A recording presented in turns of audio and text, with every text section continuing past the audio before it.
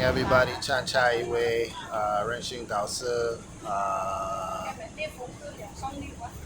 Zhi Wei Fa Shi. Good morning, everyone. Zen Tea, same flavor, Sidewalk Temple. I am Venerable Great Wisdom. Okay, good morning. I'm here at the shop today. Uh, a little bit more formatted because I wrote down the topic I want to talk about today. So let's just jump into the word, add a flavor, and then we'll go into these topics I want to speak about today. The word for today is mang. Mang in the second tone. And the, what was it? The definition was something akin to the tip of a spear, something to do with crops like the ear of a corn. What it said, I know nothing about botany or whatever it is, so that, but from what I know this word for, and which is where I chose the word, comes from a fruit that we all eat. And I had some dry fruit this morning, and it is mang. And the fruit word is mangguo. So, no, mangguo, second tone. So here we go.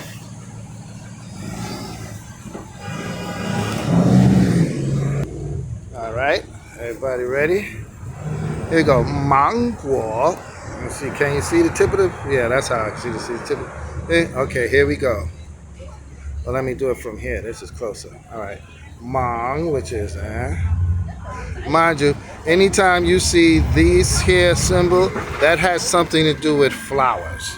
Okay. I'm going to go into that too. Those are radicals, they're called. Mang guo. Here we go. And this is the word, the character for fruit.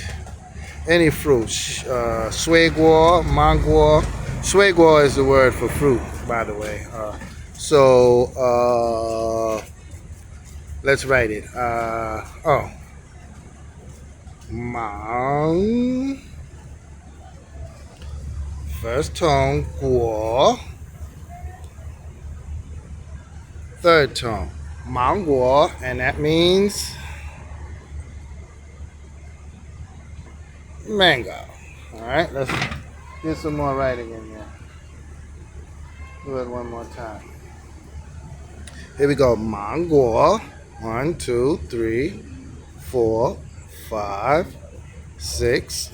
1, 2, 3, 4, 5, 6, 7, 8.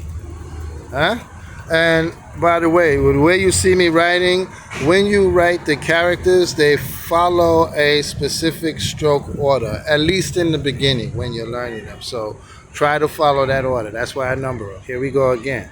1, 2, 3, 4, 5, 6.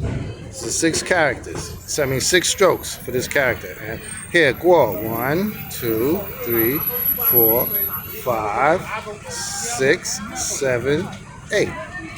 Okay, manguo. All right. Now,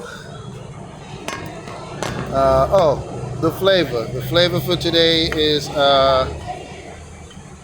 pu'er, and this is a different pu'er than what this disciple normally brews for the day. And you say Chinese Mandarin, we use the word pao, which means brew tea. I was trying to look for the English word. I just found it is brew, because I just tell pao chow. Pao means blow up or bubble. Boo, boo, boo, boo, boo. That's why they say pao. Pow, pow, pow, pow, pow, pow. Okay. Here you can see. This is the one we made today. Shao Qing something. I don't know that character. If you can see it. Shao Qing something. But the other ones I know this one, these are the two that I know. Ooh, got it. Good hands. That I normally sell. And these ones here that explain the difference is This is sun ripe, and this is oven ripe. This one is I did explain to me this morning, but I only grasped a little bit of it. So we'll come back again with you guys with this one. But it has a nice little taste, although my taste buds are a little messed up because the other two flavors I have. Oh, and I'll give you guys a shot of it. The other two flavors was the go-to trustees, and that is. Let me put some of this in the guy. Hold on, y'all. I'll let you get a shot of me pouring it too. Here, hold on. Let's do it like this. I'm gonna pick you up. Ha ha. Move this.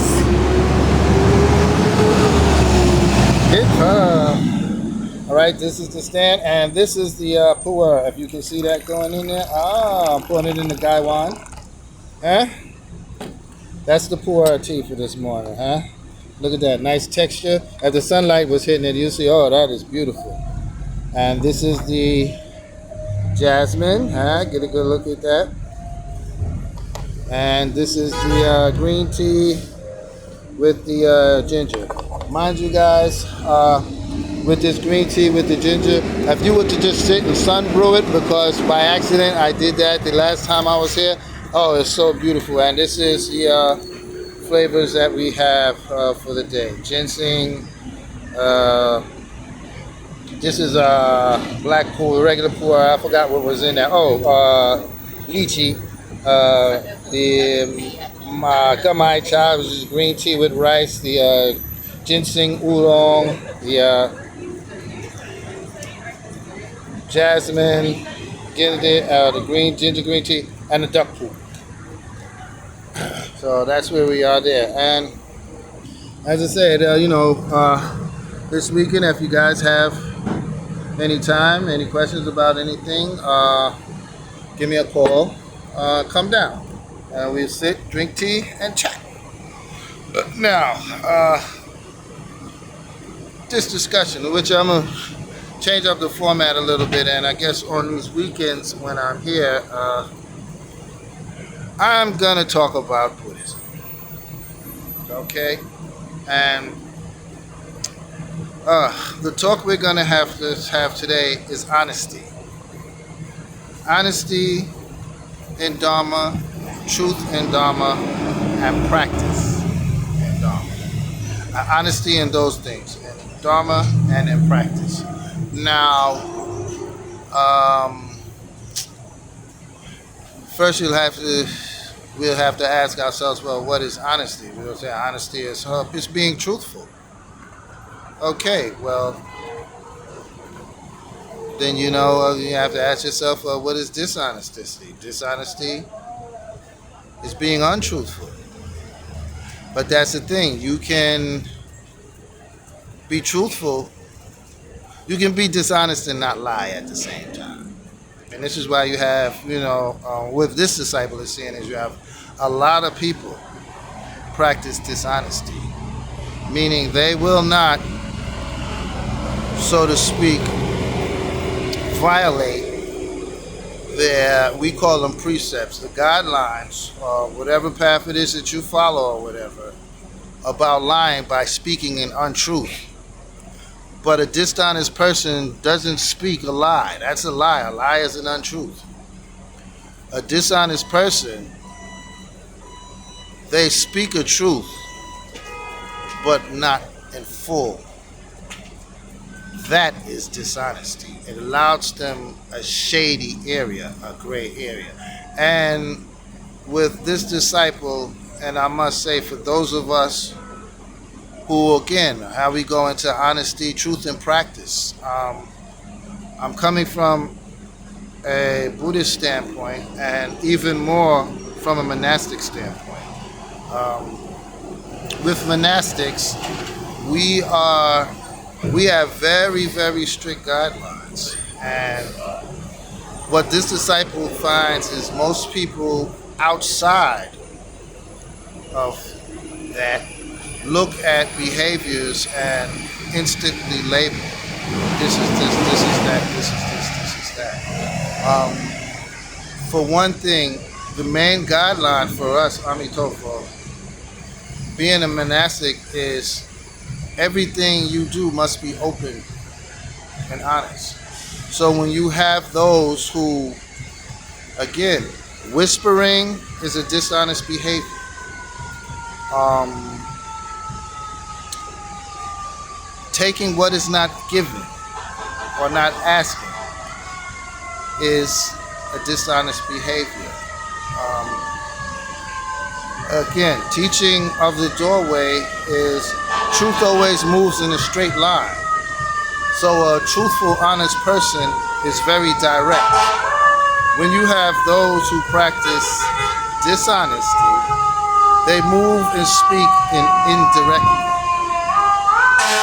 Mind you, remember you thought I was playing, but for those of you who've been following me, every time I get to say something, this bell start going off. So I'm gonna pause for a little bit and let my friend Big Mouth go on by.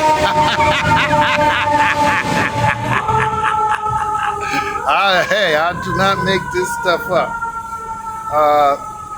So again, and going into honesty in what you do, okay, practice. We all look at things but see things different. So when you see something that is disagreeable to you, it's better to ask why than to form a judgment and an opinion upon something. Again, coming from a Buddhist, monastic, and Zen standpoint, we practice to break ourselves out of routine and modes of way of thinking, doing, feeling, tasting, everything that borders on the five senses. So when you see something that you may think and feel is incorrect, for that person or that disciple's practice is what's needed to break them out of a mold. Case in point, well, I don't want to do that because it was a gift from someone and I am going to eat it. But here is the thing, and this is from abstinence, again, from a monastic standpoint. If I have told you I have stopped eating meat, stopped something or anything, but yet I grab something or search for something or even yearn for something that looks, feels, tastes, touch, smells similar, then have I truly stopped? So again, I don't want to go too deep into this, not in this format. These are discussions that I usually face to face. This disciple will go very deep into it, very in full into it, so you can have the full benefit of what this disciple is trying to say. And the second topic I wanted to speak about, this disciple wanted to speak about, is the contradiction between philosophy and religion. As this disciple understands, a philosophy, well, let's go first with the religion. A religion is a way of life. And I was meditating a little on it, so let's go into a philosophy.